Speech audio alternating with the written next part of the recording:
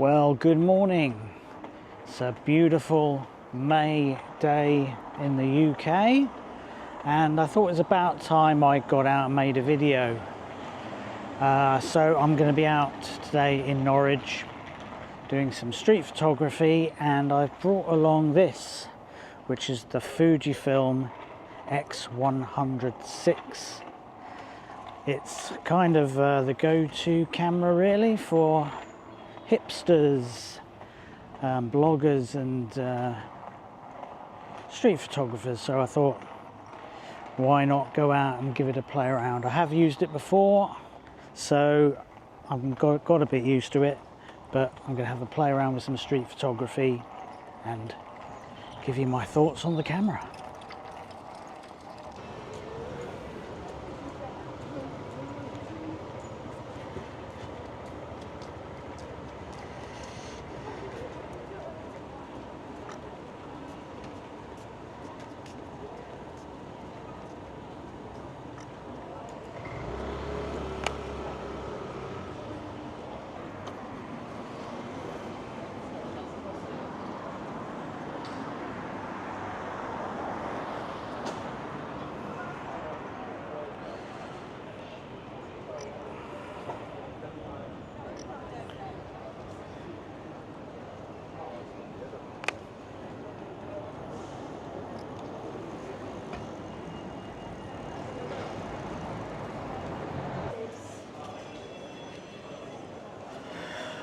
Got to do the obligatory shot of someone standing against a wall with graffiti.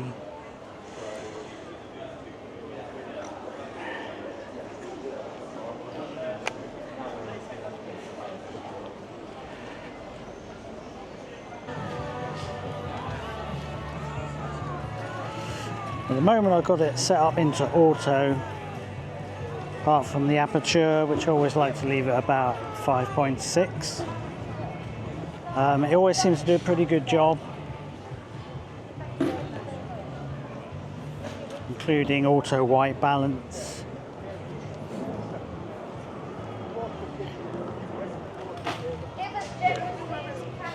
I'm currently shooting both JPEG and RAW using the film simulation of classic negative. Hi, sorry to interrupt, it's future me here. I want to just butt in because I had an issue with my images after looking at them when I came back after my shoot. What I noticed was most of my images had a haze to them, particularly the top half, and basically they just didn't look good. So I did a few experiments this morning and discovered it was this filter I have on here, because I took some shots with and without this filter, and yeah, the difference was crazy. So I will not be recommending this. I will not be keeping it. The lens is just going to have to remain naked for the time being. So yeah, very disappointing with the images. Nothing wrong with the camera at all, absolutely fine. So the images you're seeing throughout this video are edited RAWs, even though despite what I said in the video about me using mainly JPEGs, I had no choice but to use the RAWs and edit them. But yeah, apart from that, still very happy with the camera. So I'll get my past self back on. Okay, back to you.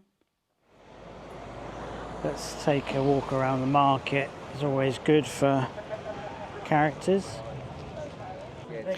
This camera's not for everyone because it has a fixed lens of 23mm, which is basically 33 in full frame terms. So you have to know what you're going for.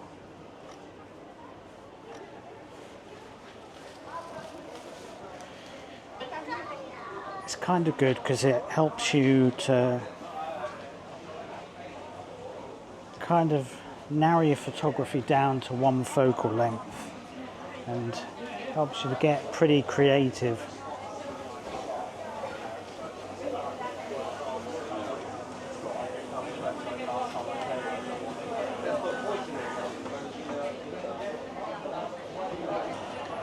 If you've ever been to the Norwich market before, you'll know it's just full of really good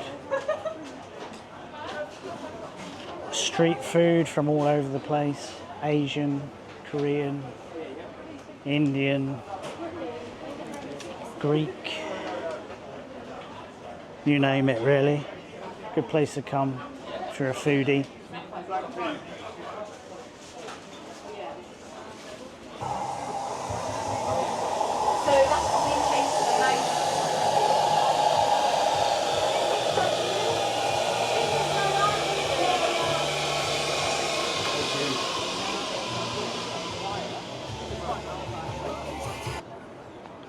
Let's go take a wander through the Norwich lanes now. Nice place for independent shops.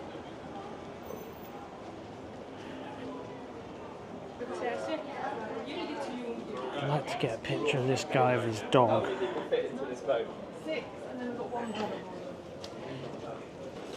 It's because you knew I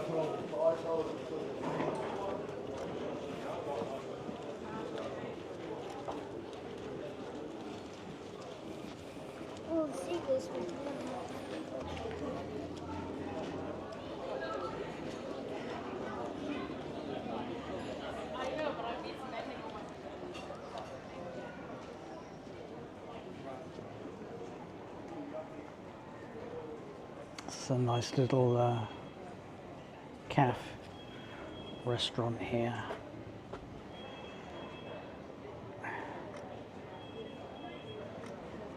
This looks good.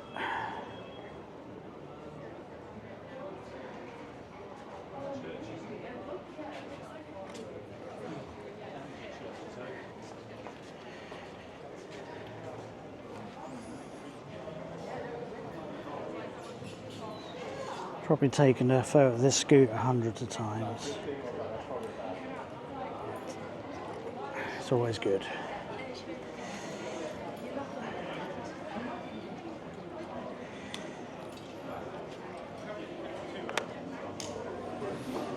Now this coffee shop, Stranger's Coffee, might have to get a coffee from here actually.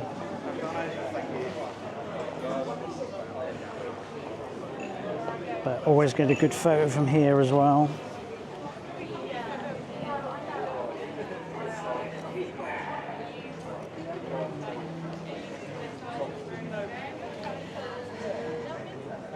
Where are we headed for? I don't know.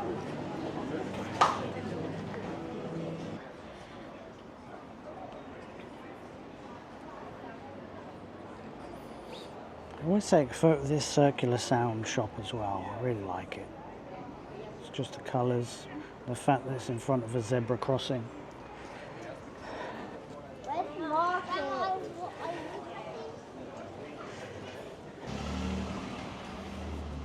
Like most cameras out at the minute, it's got a nice flippy screen, up and down. Of course, it doesn't have like a Fuji X-T5, which actually flips up this way as well.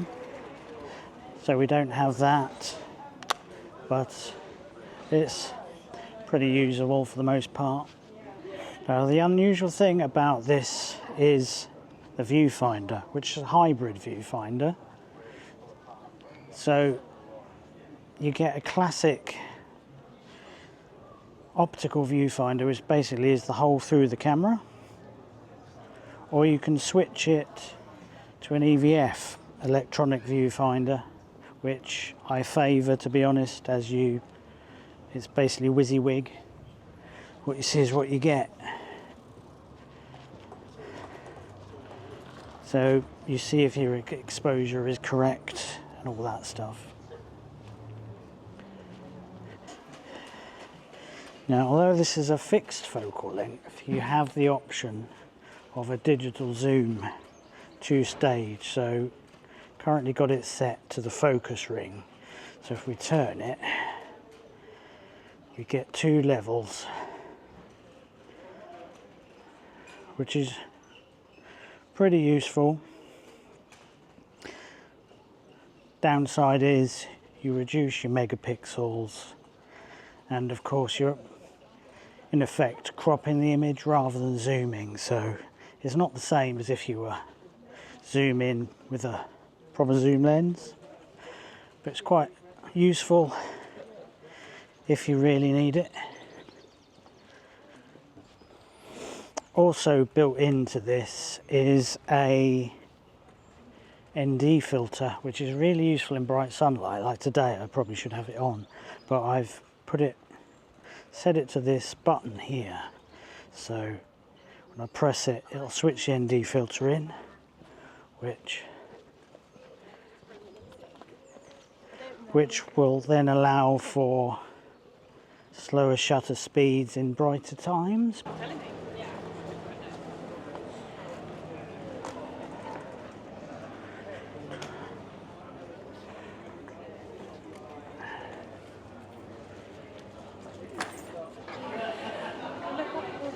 Street photography, you always want to be looking all over the place for opportunities and be daring with your shots.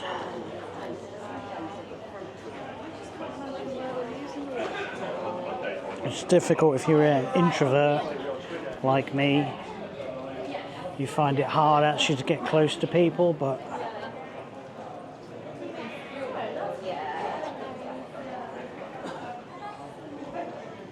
I'm getting a lot better.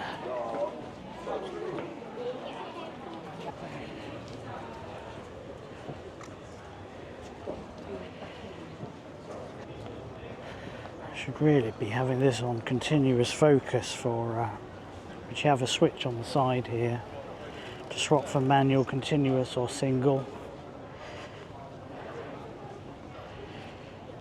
So with people, schoolboy error, should have made sure I had it on the right setting.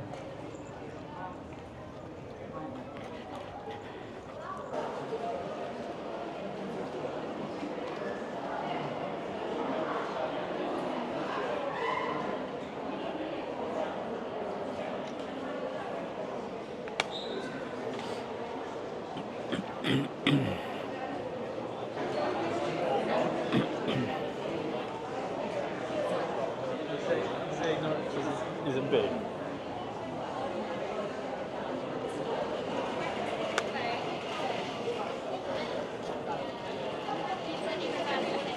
The way that I sit, it's not too big at the ribs in the night. You got to walk and follow me.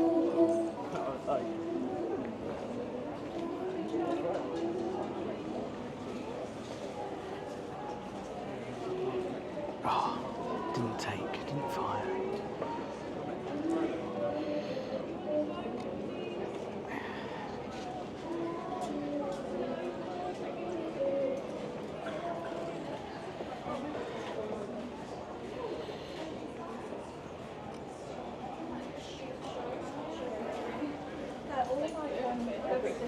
Yeah.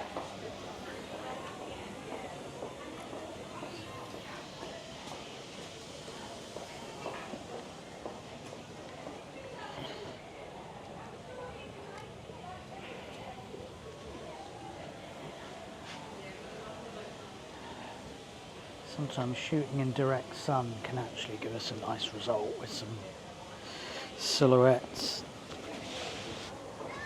depending on the subject. Bigger shoot.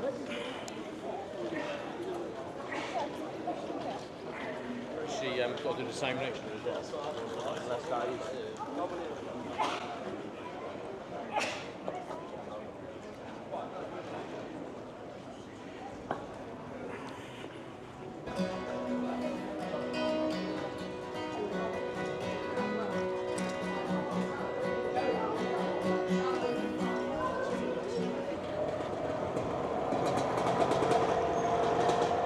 This market is going to be incredibly busy now, so I'm going to have a wander through here.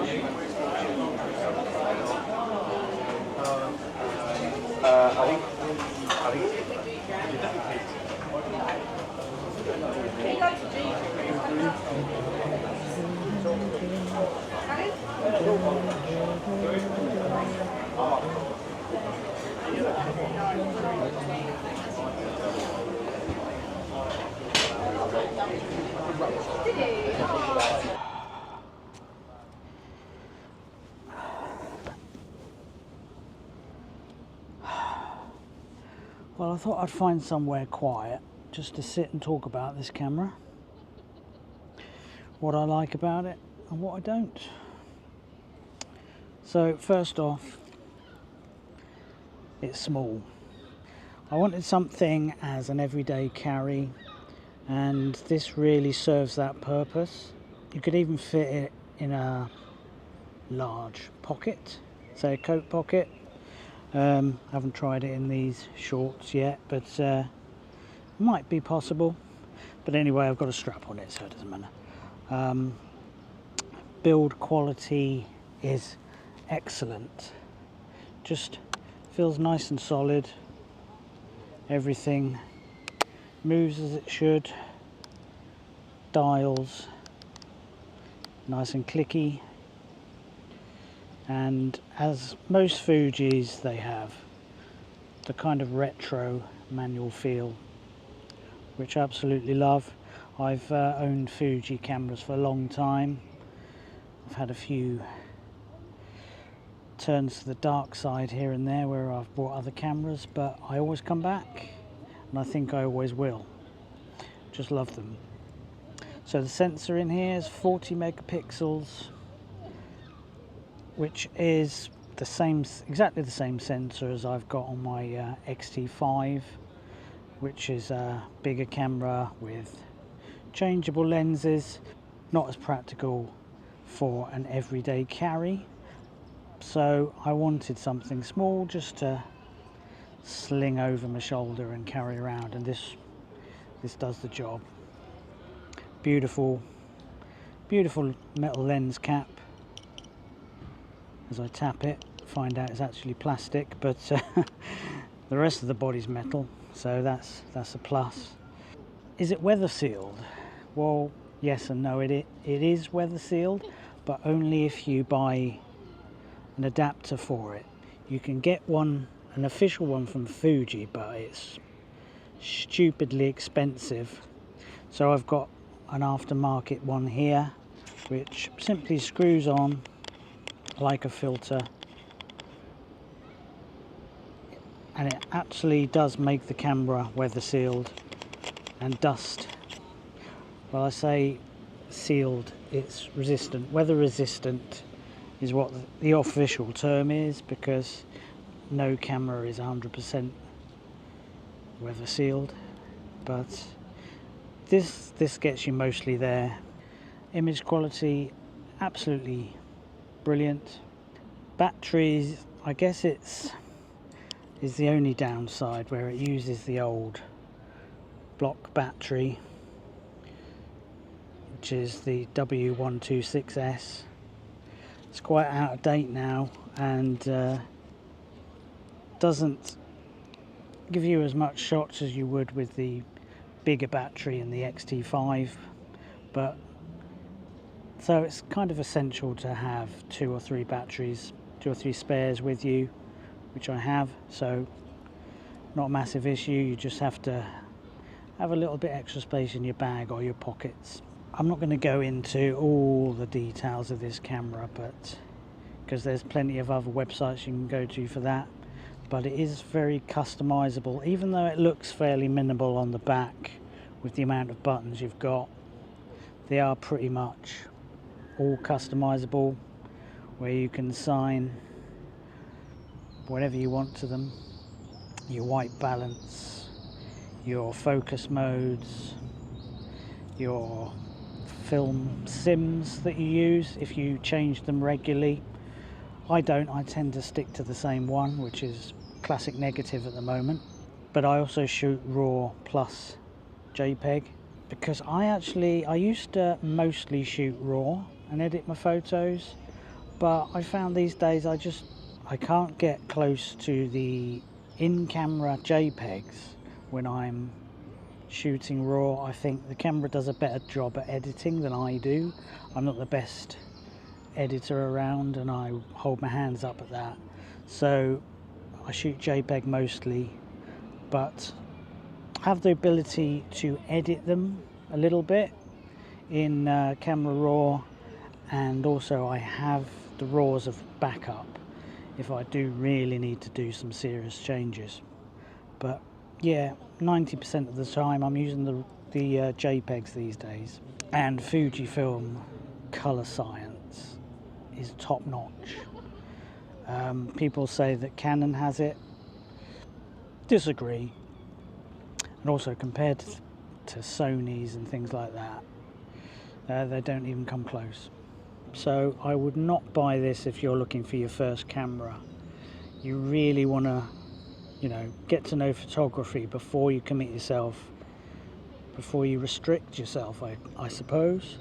But you can buy adapters. You can buy a wide angle adapter or a telephoto adapter, but that doesn't give you a lot of difference in the focal range. So, and it also kind of defeats the object. Why buy a fixed lens camera and buy lens adapters for it, where you have to keep changing when you're taking a different shot? I don't really get it. So just stick with the one lens. If you're in the market for one of these, good luck buying a new one. I got this used, but fairly good price.